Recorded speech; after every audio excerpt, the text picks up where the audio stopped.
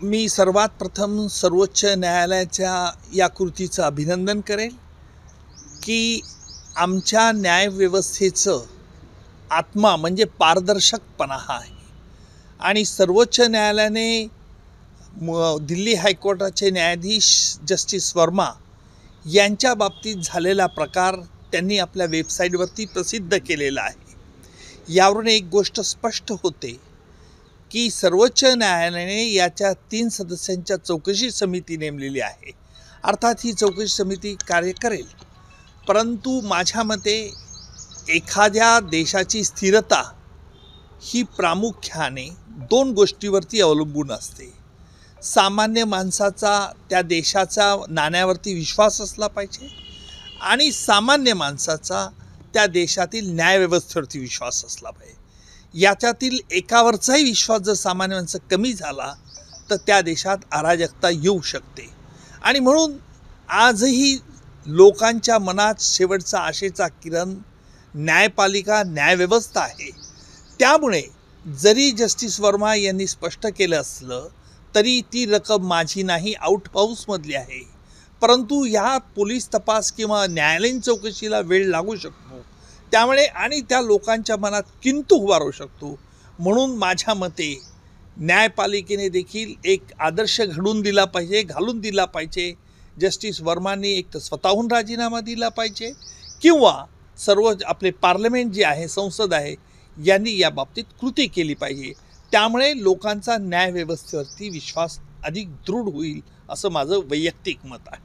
चाहेंगे न्यायाधीश जो यशवंत वर्मा, उनके घर में पैसे बरामद हुए, जले हुए पैसे मिले हुए, क्या मामला हो सकता है सर आगे? पहले तो मैं ये साफ कर दूं कि हमारे जी सर्वोच्च न्यायालय है, उन्होंने ये पूरा मामला आज अपने वेबसाइट पर प्रसिद्ध किया है। इसका मतलब है कि सुप्रीम कोर्ट ने इसमें कोई छिपाई बात नहीं है। दूसरी बात है, जो न्यायपालिका का आत्मा है वो ट्रांसपेरेंसी में है और मुझे लगता है कि सुप्रीम कोर्ट ने बहुत अच्छा कदम उठाया है, क्योंकि कोई भी राष्ट्र की स्थिरता ये 2 फैक्ट्स पे अवलंबन रहती है। पहला फैक्टर तो आम आदमी का उस देश के कानून पर विश्वास होना चाहिए और दूसरी बात आम आदमी का उस देश के कानून व्यवस्था यानी न्यायपालिका पर विश्वास। अगर इसमें किसी का भी एक विश्वास कम होता है तो मुझे लगता है कि वहाँ अराजकता आ सकती है और इसीलिए सुप्रीम कोर्ट ने जो एक 3 जजेस की एक कमेटी ने अपॉइंट किए, लेकिन उस पर वो छानबीन करेगी। जस्टिस वर्मा का कहना है कि वो आउट हाउस के पैसे मेरे नहीं है, उसकी भी छानबीन होगी। लेकिन जहाँ तक मैं व्यक्तिगत रूप से कहूँगा कि आज भी आम आदमी का विश्वास बरकरार के लिए जस्टिस वर्मा जी ने खुद इस्तीफा देना चाहिए, ताकि एक अच्छा उदाहरण हम सामने दुनिया के सामने पेश कर सकते। नागपूर हिंसाचार या ठिकाणी झालेला आहे, मालेगाव कनेक्शन समोर आलेला आहे। नागपूर हिंसाचार, नागपूरचा झालेला हिंसाचार अत्यंत दुर्दैवी असा आहे। आपले मुख्यमंत्री फडणवीस साहेब यांनी स्पष्ट घोषित केलेलं आहे की ह्या दंग्यामध्ये ज्यांनी सार्वजनिक मालमत्तेचं नुकसान केलेलं आहे त्यांच्याबद्दलची ती नुकसान भरपाई दंगेखोरांच्याकडून त्यांच्या मालमत्तेतून वसूल केली जाईल।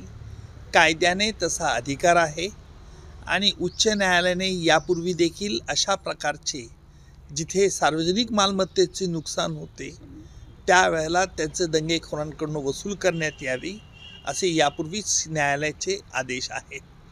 मला असं वाटतं की महाराष्ट्र हा एक चांगला राज्य म्हणून या देशात आहे, परंतु काही उपद्व्यापी माणसांच्या विधानांमुळे अशा प्रकारच्या गोष्टी होत असतील तर त्यांनी देखील हे थांबवलं पाहिजे, कारण महाराष्ट्राच्या नावलौकिकाला कुठेही गालबोट लागता कामा नये। एबीपी माझा, उघडा डोळे बघा नीट।